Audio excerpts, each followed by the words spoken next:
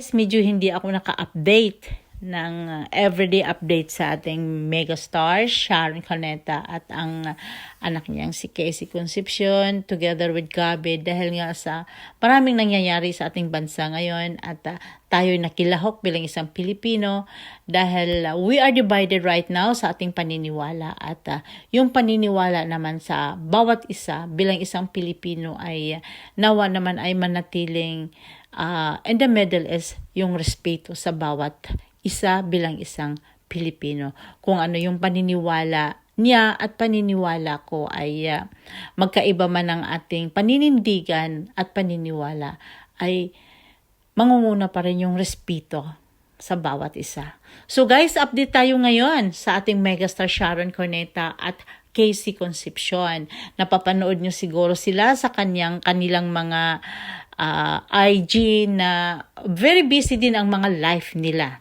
Tulad din sa atin ngayon na we are very busy watching the news, what's going on, kung ano ng mga ganap at update sa ating bansa. So, ganun din ang buhay nila. Very busy ang life ni Megastar. Napapanood natin siyang gumagawa ng mga kandila. This is Essence Candle.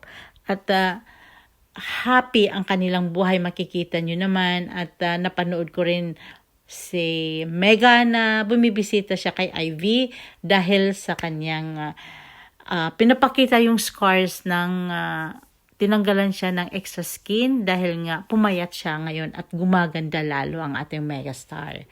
At naman very stunning beauty naman ang ating mega daughter na si Casey Concepcion. Dumalo ng kasalan o kasal ng kanyang kaibigan. I'm not sure yet dahil hindi ako nagbabasa doon sa comment at yung nakikita ko lang yung mga video.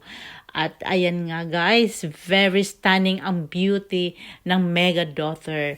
At medyo naman talaga ay pumapayat na rin si Casey Concepcion. Super ganda talaga ang mag-inang itong Casey at Sharon Cuneta. So guys, looking forward tayo sa after siguro sa mga events na gaganapin sa ating bansa. After that guys, siguro we continue longing na mapapanood muli ang megastar at ang dating asawang si Gabi Concepcion sa kanilang concert na pinangako nila sa atin. Kaya we are still hoping na matutuloy ito at sana naman ang movie na hinihintay natin at pinapangarap bilang tagahanga ng dalawang ito.